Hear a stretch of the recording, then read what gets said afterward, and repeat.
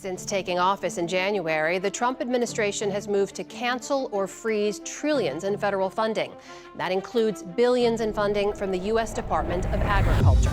That price plummeted to $6. So I'm asking the president, did he really have success in his proposed tariffs on China? So, Wall Street's melting down. The financial world is flipping out. Investors are calling Trump. People can't get through.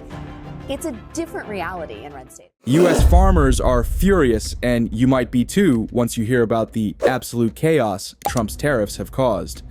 Despite Donald Trump blinking on a bunch of the big disastrous tariffs on the whole world, including Madagascar and the island with the penguins, he announced today he's not just maintaining but increasing his tariffs on China, which is one of our largest trading partners.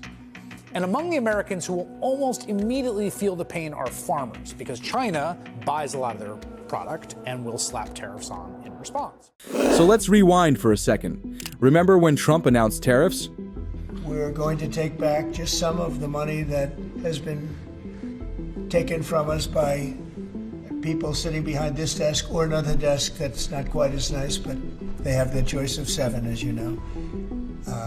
And we're going to charge countries for doing business in our country and taking our jobs, taking our wealth, taking a lot of things that they've been taking over the years. They've taken so much out of our country, friend and foe, and frankly, friend has been oftentimes much worse than foe. And this is very modest. What we're going to be doing is a 25% tariff on all cars that are not made in the United States. If they're made in the United States, there's absolutely no tariff. We start off with a 2.5% base, which is what we were at, and we go to 25%. And basically, as you know, and as you've been seeing, not reporting as accurately as it should be reported because it's a massive story. Business is coming back to the United States so that they don't have to pay tariffs. Well, obviously it wasn't received well, and when the public lashed out, Trump came up with a new lollipop to appease them. His big promise: we're bringing manufacturing jobs back to America. Some of the things we're doing for the auto industry, we're going to be doing that for many of the industries. As you know, the United States lost 1/3 of our manufacturing jobs since NAFTA. That's an unbelievable number and statistic. And 70,000 factories closed since China joined the WTO. 70,000 factories. So when I used to give that statistic, I used to talk about it, and I always thought it was a typo. I said, it has to be a typo. I tell Wilbur, that can't be right. 70,000. Think of it, 70,000 factories. So you say, what are we doing? My administration's policies and regulatory reform, tax reform, trade policies will return significant manufacturing jobs to our country. Everything's going to be based on bringing our jobs back, the good jobs, the real jobs. They've left, and they're coming back. They have to come back. But how? Well, apparently he had a plan.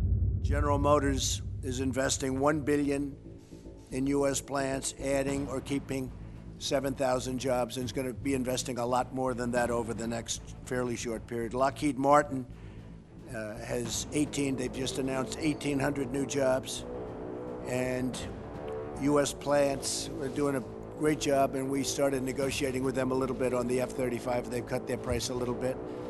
Walmart announced plans to create 10,000 jobs, and all of those jobs are going to be in the United States. Sprint SoftBank is putting in $50 billion because of our election in the United States over the next 4 years to create 50,000 jobs. They've been terrific, by the way. Today we have 24 CEOs from the largest manufacturing companies in the country and even in the world. They represent, people just in this room, nearly $1 trillion of sales and 2 million employees, large majorities of which are in the United States. They share our commitment to bring manufacturing back and to create jobs in this country, which has been the biggest part of my campaign. Or maybe not, because here we are not long after, and 22 states are watching factories pack up and peace out. A massive layoff at a Pennsylvania factory foreshadows what could be troubles for Trump. One of Trump's signature campaign promises was delivering jobs to struggling blue-collar workers who felt like they were being left out of the global economy. Based on the latest government employment data, 22 states have seen manufacturing sector job losses. And leading the parade, Case IH. Yeah, the farm equipment giant known for those iconic red tractors just pulled the ultimate vanishing act and closing major US factories practically overnight. Thousands laid off, no heads up, no transition plan, just an adios America. We'll be building your tractors in Brazil now, maybe India, possibly Germany. Best of luck. For those not steeped in farm equipment culture, Case IH is basically the Ferrari of tractors and their Racine facility. It's been the beating heart of US tractor production for over a century. Now, it's going dark, jobs gone, manufacturing shipped elsewhere. And it's not just a sad day for Racine, it's a gut punch to the entire American farming industry. Because when a legacy brand like Case IH pulls out, it sends a loud, dusty signal. We're not betting on the American farmer anymore. The implications are massive. Fewer jobs in heartland communities, more reliance on foreign-made parts, longer wait times for equipment repairs, and a deeper sense among farmers that no one has their back anymore.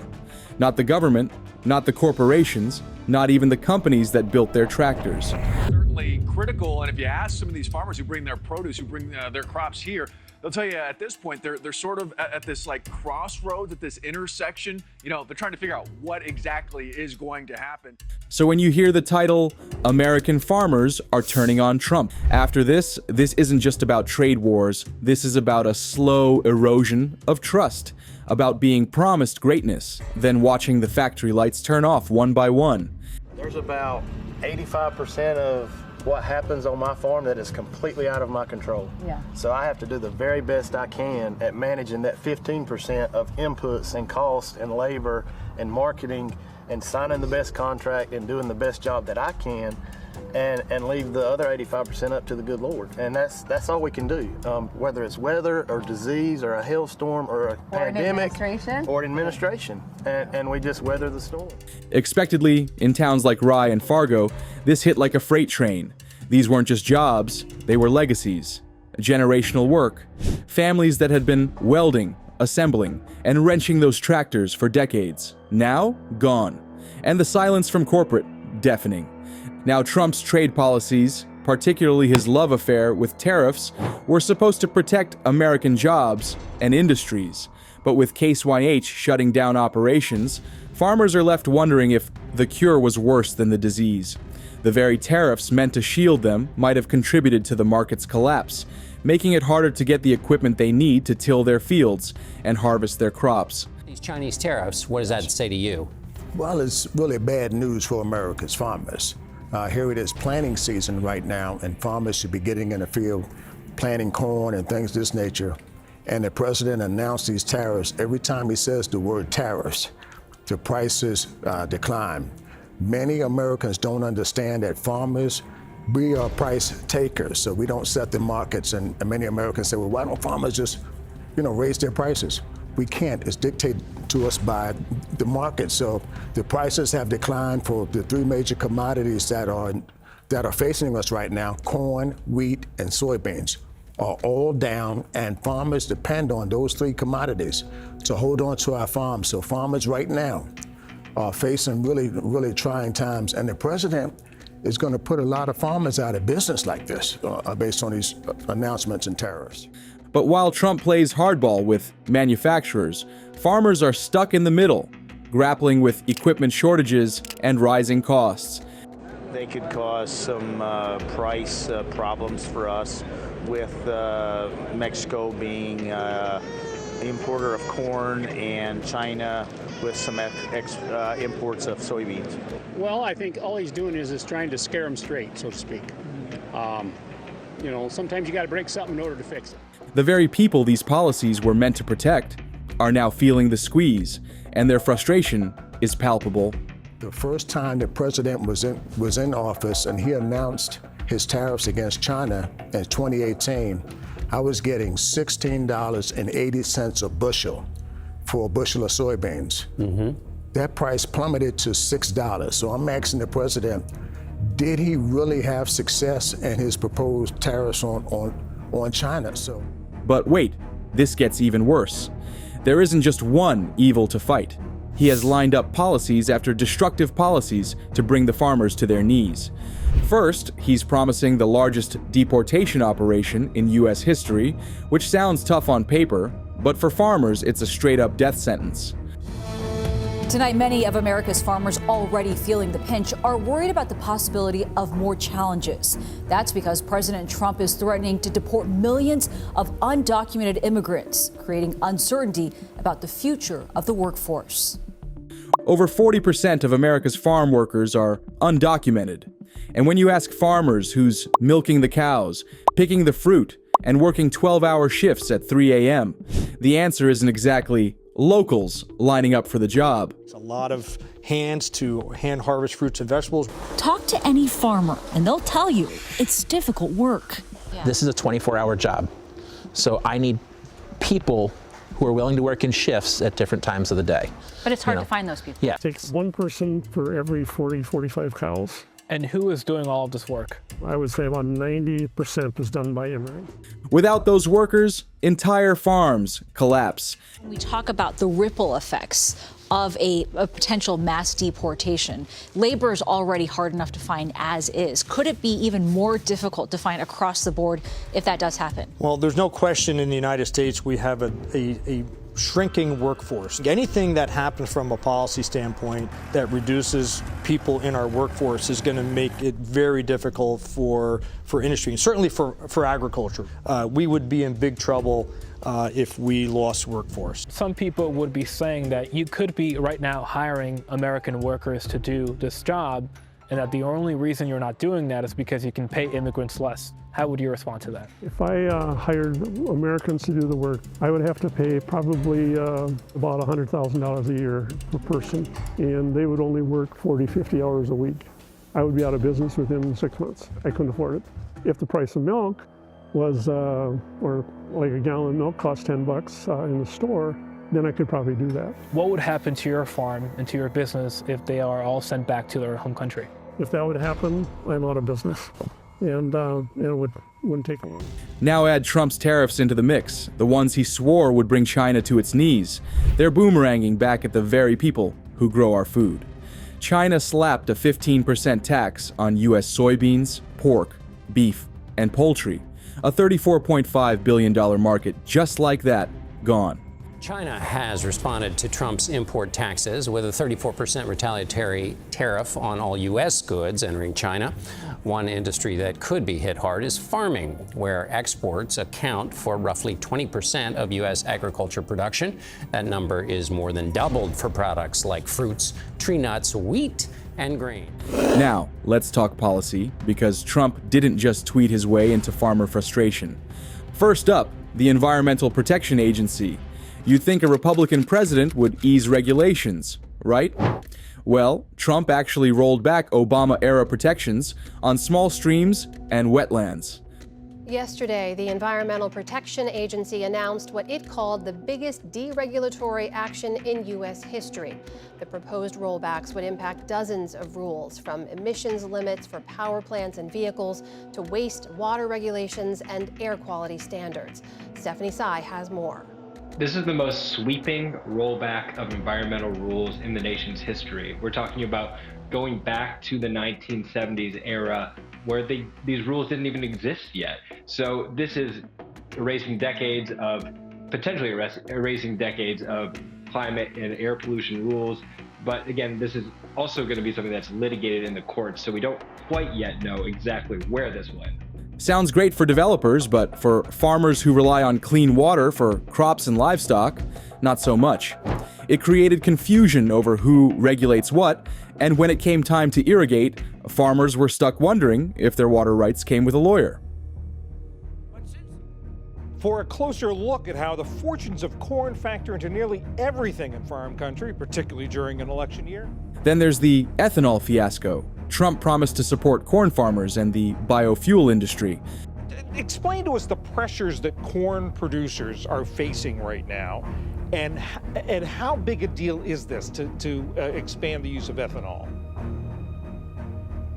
Well, corn prices have been down in the dumps for a few years now, and farm income has been on a downward trend for several years in a row.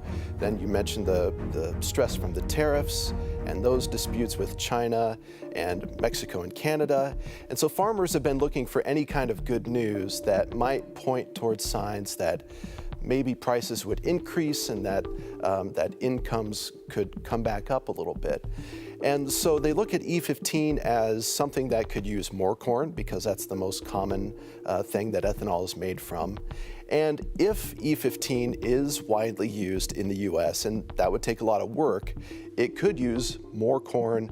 That would be more demand for their corn that they sell, and would help prices and all those things on down the line. But it's just good news when there's been a lot of bad news coming their way. But behind the scenes, his EPA quietly handed out dozens of waivers to oil refineries, letting them skip their legal obligation to blend ethanol into gasoline. Translation: less demand for corn. Corn Belt farmers weren't just mad, they felt duped. And don't forget the USDA chaos. Under Trump, 2 major USDA research agencies were uprooted from DC and relocated to Kansas City. This resulted in mass layoffs. The Department of Agriculture is one of the many federal agencies hit by President Trump's mass layoffs. According to a number of staffers, emails started going out on Thursday without warning, leaving supervisors off guard and potentially hundreds of people without a job. The other half of the scientists quit, research stalled, and suddenly, farmers had fewer answers on things like crop disease and climate impact. It was like yanking the brain out of the body and expecting it to keep walking. And just when you thought it couldn't get worse for farmers, cue Trump's latest magic trick, freezing billions in federal funding, including grants from the U.S. Department of Agriculture that farmers were already awarded. Since taking office in January, the Trump administration has moved to cancel or freeze trillions in federal funding. That includes billions in funding from the U.S. Department of Agriculture. Under all this pressure, some farmers applied for a USDA grant, invested nearly $100,000 into solar panels to cut costs, and were promised a reimbursement of $94,000. In the peak months, we can have bills $3,000 to $5,000 a month, and we thought that this solar project would be the way to maybe help us with that. If the grant program hadn't existed, do you think you would have put this solar array in? We weren't going to do the project if we didn't get the grant, so that's where we stay. What did they get instead? Crickets. That money is now frozen in Washington, somewhere between a press release and a partisan talking point. It's in limbo. Are we going to end up footing the whole bill, which isn't really what we signed up for, or is it going to come through down the road and we're going to get the grant money? We just don't know at this point. And how does that feel? Not very good. Kind of cheated, you know, like that's what we signed up for, and now you're saying that's not what we're going to get. These farmers were greenlit under the USDA's Clean Energy Initiative, a program backed by Biden's Inflation Reduction Act. But now Trump's USDA is reviewing everything to make sure it's not too woke. Your policies are different than the previous administration. I understand that, and going forward, if you want to change that, feel free. That's you're in charge now, you do that. But to take something away that's already been granted just doesn't seem fair to us. Seriously, the official line is that they're checking these programs aren't supporting DEI or far-left climate agendas. These aren't leftist stunts. They're basic survival strategies for people who literally live off the land. It's not something that we're making direct money off of, but it helps stabilize the soil, provides habitat, eliminates erosion. It's really disappointing that some farmers who want to be able to do this on their farms but need a little bit of help to get going with it are unable to do it right now. And the worst part, these farmers played by the rules. They applied, they qualified, they spent the money, and now they're being told, we're rethinking it. For the first time, small, mid-size, highly diversified farms that are farming in a way that really are responsive to the ecological needs around them, were really getting noticed and dollars were starting to be directed their way. Those farmers trusted that the agreement they had with us and that we have with the federal government was unquestionable. Right, you signed contracts. Exactly. It's heartbreaking to tell a farmer who is counting on it, and the season doesn't wait and the climate doesn't wait. Imagine being ghosted by your own government after it already RSVP'd to your farm's future. I'm not saying that it's completely out of the picture without this grant. It would It's just a riskier proposition. Right, it would just take us a lot longer to decide that we would want to do that. So yeah, the new administration isn't just pulling the rug out, they're repoing it mid-harvest. It just seems like at every turn, regardless of how honestly you engage in securing the funding or stewarding the funding, it's just disappearing. Members of this administration argue that, look, priorities are changed now. They argue that some of these types of programs are DEI or left-wing climate initiatives. What do you say to that? They're out of touch with reality. Farmers are dealing with the climate every single day. They are desperate for help. So if we're serving farmers, listen to the farmers. This is what the farmers want. So while Trump shook hands at rallies and handed out those bailout checks, his policies were quietly pulling the rug out from under the very people clapping in the crowd. From Georgia to Kansas, farmers are storing unsold crops, laying off workers, and hoping foreign aid contracts come back before they go bankrupt. Xavier, given these challenges, what are those farmers hoping to see come next? Well, they're hoping to see a little movement, and that's coming from D.C. leadership, lawmakers. They're hoping something changed. Now, they can't read a crystal ball, but in the future, they're already starting to read the tea leaves. They're already starting to see the writing on the wall, if you will. They say the uncertainty alone is damaging, making it nearly impossible to plan for planting on harvest seasons, rather. Agriculture groups asking for just more support to offset losses, calling on policymakers to reopen negotiations. Many hope recent signals from the administration about easing tariffs could help stabilize things. Trump's policies were supposed to protect American jobs, but for these farmers, they're destroying them. The government is going to bail out America's farmers. That's paperwork. Farmers are time sensitive. 30 to 45 days to plant your crop, 30 to 45 days to harvest it. And the president came in and put a halt on farm loans. Many farmers don't have a farm operating loan in place. Right. He froze grants, and he's closing up the offices. The very offices that he says is going to help bail out America's farmers, he's now firing these people and closing them up around the country. Farmers are now stuck in a logistical nightmare. Maybe they'll calm down and realize some of the things they did, are hurting people. Their tractors still need fixing, but parts? Nope. Delayed, overpriced, or just plain unavailable. Fertilizer, fuel, herbicides, machinery, all have gone up. So what are they doing? Jumping ship, some to John Deere, some to Kubota, others just praying they can make it through the planting season without a breakdown. But the damage doesn't stop at the fields. Whole towns are crumbling, shops shuttered, schools losing students. Friday night football teams can't even fill rosters. Dealerships are closing or getting slapped with legal threats from Case YH for trying to help their customers with third-party parts, because apparently helping is a crime now. And while all this is happening, Case IH is quietly advertising the same jobs they just eliminated abroad. Skilled American workers replaced by cheaper labor overseas. And no, they're not even pretending it's for the global strategy anymore. It's cost-cutting, plain and simple. Older workers are left stranded, their skill set useless in an economy that's moving on without them.